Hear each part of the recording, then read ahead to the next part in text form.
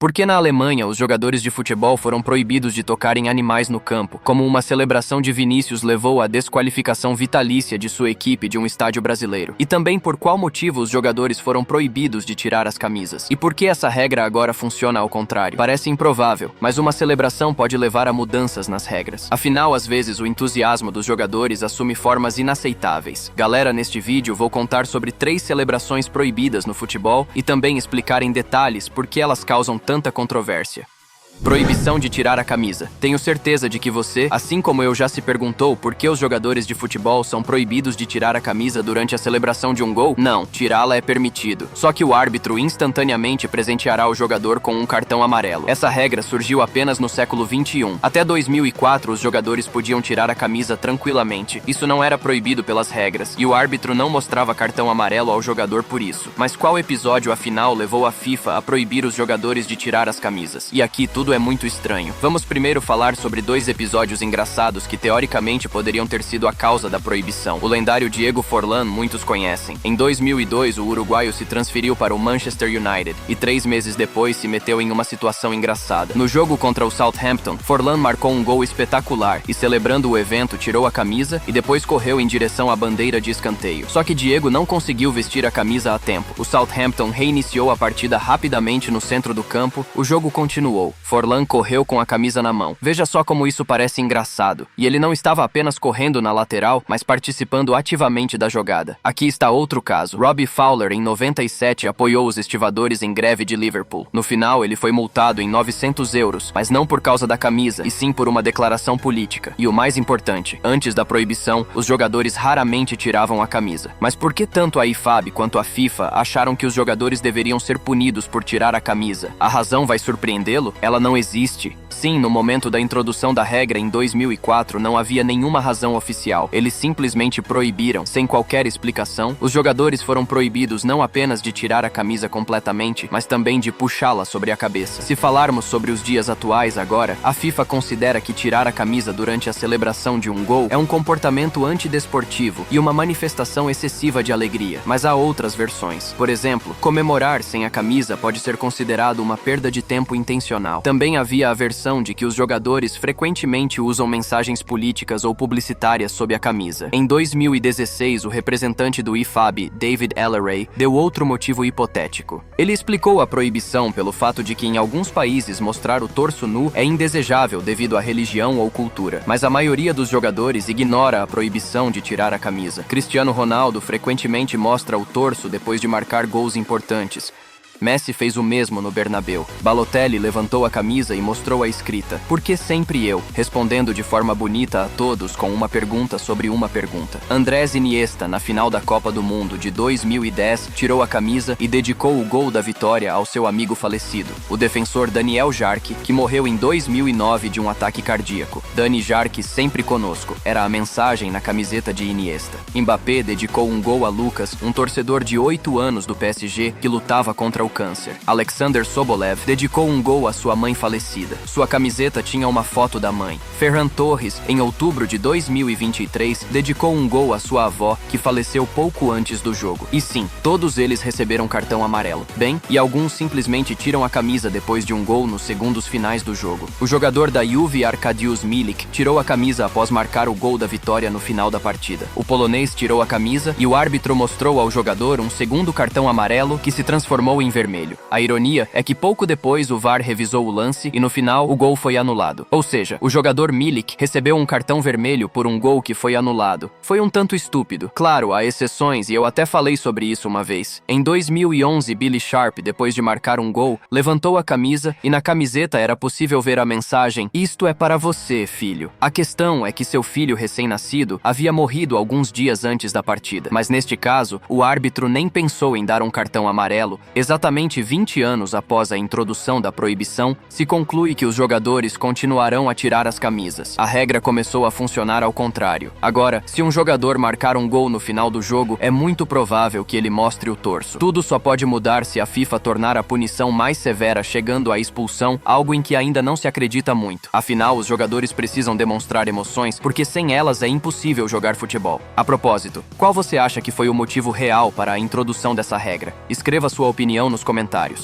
Jogadores não podem tocar em animais. Há 70 anos, o clube alemão Colônia tem um apelido interessante: os bodes. Acredita-se que o nome não oficial tenha surgido no final dos anos 50, quando em uma festa da equipe para comemorar o fim da temporada, um dos convidados presenteou o chefe do clube com um bode vivo. O clube manteve a tradição até hoje. Nos jogos do Colônia, é possível ver um bode, mas os fãs se apegaram especialmente a Hennes VIII, que ganhou o apelido de Estrela da TV. Por incríveis 11 anos, foi Hennes VIII quem apareceu no estádio do time, e é com ele que está associada uma história bastante desagradável. Em 8 de março de 2015, o Colônia enfrentou o Eintracht Frankfurt em uma partida da Bundesliga. Aos 79 minutos, os bodes venciam as águias por 3-1, mas aos 82 minutos do jogo, o jogador nigeriano Anthony Uja marcou o quarto gol nas redes dos visitantes e, celebrando seu sucesso, fez algo estúpido. Ele correu em direção ao animal e o agarrou com bastante força pelos chifres, tentando arrastá-lo para dentro do campo. Apenas o treinador do animal, pode-se dizer, salvou o bode puxando-o de volta para o seu lugar. E o pior é que após o jogo, o pobre Hennes começou a sentir dores no pescoço, conforme relatou o gerente do clube, Jörg Matke. Ele precisou de 3 semanas para se recuperar no zoológico. A causa atribuída foi que Uja puxou o animal pelos chifres de maneira muito brusca. Muitas pessoas não gostaram desse excesso de sentimentos. Os torcedores do Köln acusaram o jogador de maus tratos ao animal e durante os 2 meses restantes da temporada, vaiaram Anthony mesmo que ele tenha se desculpado no dia seguinte ao incidente. Imediatamente, defensores dos direitos dos animais intervieram na história, ameaçando processar o jogador, e a Federação Alemã de Futebol precisou reagir. A partir daquele momento, os jogadores de futebol foram estritamente proibidos de interagir com animais. Até mesmo acariciá-lo após a partida só é permitido com a autorização do instrutor. É proibido tocar nos animais que acompanham o estádio, mesmo que um animal invada o campo por acidente. Mas na Alemanha, raramente se vê animais no campo. O mais comum são pombos que invadem os jogos da Bundesliga. Teve até um pássaro que ajudou Harry Kane a marcar um gol, mas sobre isso contarei em outro vídeo. Assim, o infrator enfrentará desqualificação ou multa em dinheiro. Isso se aplica principalmente aos clubes que levam seus mascotes para o campo. Por exemplo, é improvável que Wolfsburg, Bayern de Munique e Leipzig tragam lobos, ursos e touros reais para o estádio. Mas, por exemplo, isso se aplica ao anteriormente mencionado Eintracht, que várias vezes mostrou para os fãs no campo uma águia de verdade. E quanto ao Anthony, o jogador escapou de uma punição oficial, mas os fãs não conseguiram perdoá-lo e nem quiseram. 2 meses depois, se abriu a janela de transferências e o Colônia foi forçado a vender ele para o Werder Bremen. Os torcedores do Colônia não se opuseram a este acordo e alguns até disseram que era uma espécie de vingança do bode, mas Hennes VIII se recuperou rapidamente e por mais 4 anos alegrou os torcedores com sua presença no estádio da casa. Porém, em 2019, devido a problemas de saúde, ele foi substituído por Hennes IX. Em 2020, Hennes IX teve descendência, algo que seus antecessores nunca haviam feito. Ele e sua companheira cabra tiveram 2 filhotes. Infelizmente, em abril de 2021, Hennes VIII faleceu e, de acordo com o clube, ele tinha sérios problemas de saúde. Na época de sua morte, ele tinha 14 anos, o que para os bodes é praticamente o máximo de vida. A celebração de Vinícius que levou a uma proibição vitalícia. Em outubro de 2022, Vinícius afirmou que os fãs do Atlético que o insultaram deveriam ser banidos para sempre dos estádios. Mas poucos sabem que o próprio Vinícius realmente recebeu uma proibição vitalícia em um dos estádios brasileiros. Então Flamengo, cujas cores Vini defendeu antes de sua transferência para o Real, e Botafogo são considerados uma das melhores equipes da Série A brasileira. Os jogos entre eles são sempre intensos e os clubes frequentemente se provocam antes e depois das partidas. E nós voltamos a fevereiro de 2018. Naquele dia, o Flamengo enfrentou o Botafogo nas semifinais da Liga Carioca. Este é um torneio adicional entre clubes do estado do Rio de Janeiro. No final da partida, o rubro-negro vencia o adversário por 2-1 e o resultado do jogo ainda estava indefinido. E então faltam poucos minutos para o final da partida. Vini Júnior cobra um escanteio e, após um passe de um companheiro, lança um belo chute no gol do Botafogo e marca o 3º gol nas redes, colocando assim um ponto final no jogo, classificando o Flamengo para a final.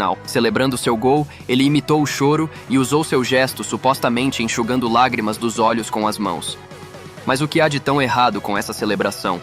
Por exemplo, no mesmo ano de 2018, Neymar comemorou de forma semelhante, respondendo aos fãs que o chamaram de Kai Kai. Mas nesta história, nem tudo é tão simples, e vamos voltar 10 anos, lá em 2008, quando o Flamengo venceu o Botafogo, mas estes não aceitaram a derrota. Na coletiva de imprensa pós-jogo, jogadores, treinadores e o presidente do Botafogo culparam o árbitro pela derrota. Eles acreditavam ter sido roubados, eles se sentiram tão mal após a partida que alguns jogadores choraram diretamente na frente dos jornalistas. E desde aquele momento, os torcedores do Flamengo apelidaram apelidaram o Botafogo de Chorões. E nos jogos, os torcedores do Flamengo frequentemente provocavam o Botafogo chamando-os de maricas e menininhas. E se isso era feito principalmente pelos fãs, Vinícius se tornou o primeiro jogador a provocar o Botafogo fazendo a choradeira diante de dezenas de milhares de fãs no estádio e milhões de telespectadores. E o clube ficou muito ofendido com isso. Logo, 4 dias depois, o Botafogo divulgou um comunicado oficial. Todos os jogadores do Flamengo estão proibidos para sempre de visitar o estádio do Botafogo devido à celebração ofensiva e desrespeitosa feita pelo jogador do Flamengo. E de fato, após passar pelo Botafogo, o Flamengo avançou para a final da Liga Carioca, onde deveria enfrentar o Boa Vista no estádio do Botafogo. Mas para os jogadores do Flamengo, já vigorava a proibição e, portanto, a final foi disputada na arena do Clube Rio Branco. Você provavelmente se pergunta, como eles jogam entre si? Bem, a resposta está na frase anterior. A proibição era de jogar vários jogos finais, ou seja, apenas quando o Botafogo não era o adversário do Flamengo. Aliás, Vinícius recebeu uma proibição pessoal. Se jogadores que saíram do Flamengo para outro clube ainda podem jogar no estádio do Botafogo por outro time, Vinícius não poderá jogar lá, nem mesmo com a camisa do Real Madrid. A propósito, algo semelhante aconteceu na Espanha. A final da Copa do Rei de 2015 deveria ser disputada no Santiago Bernabéu, algo que já se sabia com 1 ano de antecedência. E na final, Barcelona e Athletic Bilbao iriam se enfrentar. Então, em março, 2 meses antes da partida, o Real Madrid anunciou que se recusava a ceder o estádio para a partida final, alegando que seu time B jogaria os playoffs lá. Mas logo surgiu outro motivo na mídia. Os madrilenos não queriam ver o triunfo do Barcelona em seu estádio. No final, se decidiu realizar a final no Camp Nou, com a condição de que os ingressos fossem distribuídos igualmente entre os fãs de ambas as equipes. Exatamente a mesma história aconteceu na temporada 2011-12. Barcelona e Bilbao se enfrentaram novamente na final e o Real também se recusou a ceder o Bernabéu alegando reformas urgentes, então a partida foi disputada no estádio do Atlético de Madrid.